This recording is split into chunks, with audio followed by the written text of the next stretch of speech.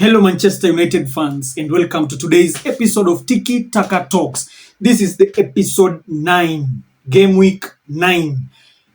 So today, Manchester United was playing against Crystal Palace at Selhurst Park, and Manchester United won 2-1 in goal scored by the first goal was scored by what is his name? This Mateta as a penalty. But now Manchester United goals were scored by one by Zakzi, which was a very tight angle, a very good triangle for him to score. And the second one was scored by this guy, Mason Mount, who was given a short pass by Bruno Fernandes. Both scores were scored by, were assisted by Bruno Fernandes, the captain himself. So the 2-1 victory over Crystal Palace was a game of two halves, primarily defined by the 3-4-3 formation used by Ruben Amorim, Manchester United, and also Oliver Glasner, Crystal Palace. They both used the same formation, which created a very tense man-to-man battle across the pitch. The first half was marred by two things. Number one, low intensity, and the second was defensive blunders. United struggled with duels and transitions, defensive mix-ups, especially between Euro and Elite. That Euro, the first goal was created by Euro it was a penalty which was against Mateta, and Euro was the person who necessitated that. So it led to Palace chances, and then they conceded the penalty. Second half, it was different, totally different from what happened in first half. There was increased intensity, and set-piece deliverances were very good. And the decisiveness of players was on point, and they really needed a lot of just sharpening. So that brought about United came out with purpose in the second half, winning more second balls, playing like the hit and playing for the badge. And both goals came from the second half. And immediately the set piece situation, Manchester United are now becoming the best in terms of set pieces and in the game. So that is a very good thing. We scored both the second goal that was for Mason Mount was scored in the second half, and also it was a set piece, a very fantastic set piece in front of the box and in front of the keeper. So Amorim himself noted that the team needed a change and to improve their duels and intensity.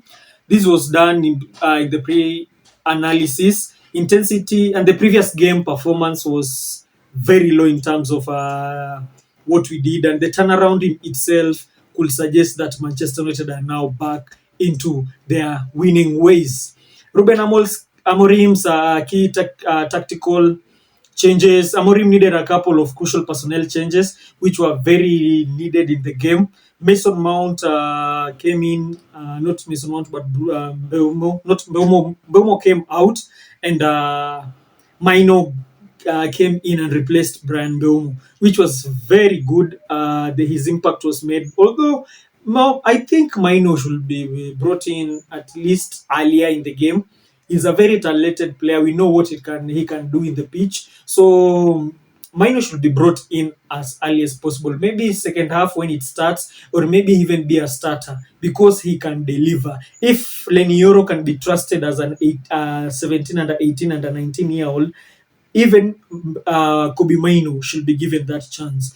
I think he's being denied the chance to go and participate in the World Cup, which will be in the Americas. So Kobe Maino should be given more time so that he can participate and being given more time and to see what he can do in the pitch. I know many goals are going to come from that boy.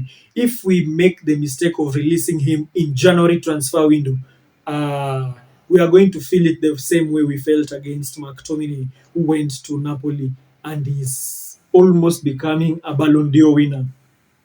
So Diogo Dalot today played well, although we always say that Diogo Dalot plays a shit. Today he played a fantastic game. Or everyone can ascertain to that and even testify to what I'm talking about. Today his throw-ins were perfect, but do we really need him in the team next season? I don't think so. I think now since Licha has just come back and we have a very good defensive, many things are going to change in the team. Maybe some few players are going to be released by Manchester United in the transfer window.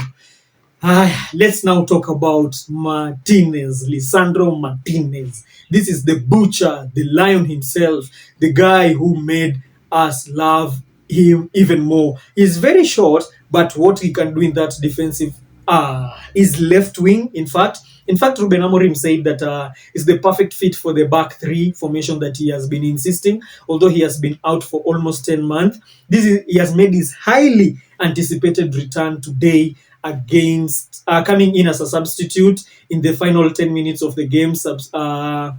He came in and they also stabilized. He was brought in to see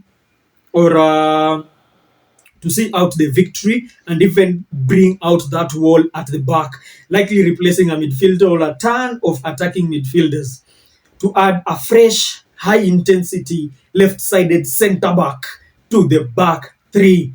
His significance, even a 10-minute cameo, is very huge. He's considered a perfect fit in the system, and his presence is intended to show up and even bring that fluidity at the back, and even shown significant vulnerabilities when he was out. He was out for almost 10 months, almost a year. You can imagine what we have felt during that time. That individual, what we were calling about Martinez, is the butcher. The reason why we say he's the butcher, he always takes anyone down. He doesn't matter who you are. So Manchester United have a very good upper hand when Lisandro Martinez is in the pitch. So let's wait out and watch out for the next game, which we'll be playing at home. These are some of the player ratings. Player number 1, 8/10. Number 1 is an 8/10 to Bruno Fernandes. Bruno Fernandes assisted 2 goals today. And in fact, Bruno Fernandes is now becoming the number 4th top assist in Manchester United. This is after Ryan Giggs, Wayne Rooney. Who is the third person? Can't remember. Then Bruno Fernandes. Bruno Fernandes is now becoming, he has just overtaken Scholesy, and now he's on the track of becoming the all-time and overtake even Giggs. So let's wait and see. So I'm giving Bruno Fernandes an 8/10. He's a star, although not scoring. His quick thinking and decisive delivery were very central and crucial for both goals that we scored today. Sparking a set piece inspired goal comeback, which was very good, a remontada. He was the catalyst for the second goal and even the first goal in both were set pieces, I think. So the heroes of today, number 1 is Mason Mount, who scored in the. I'm gonna rate him 7/10 today, and Joshua Zirkzee, I'm going to give him 7, also a 7/10 today.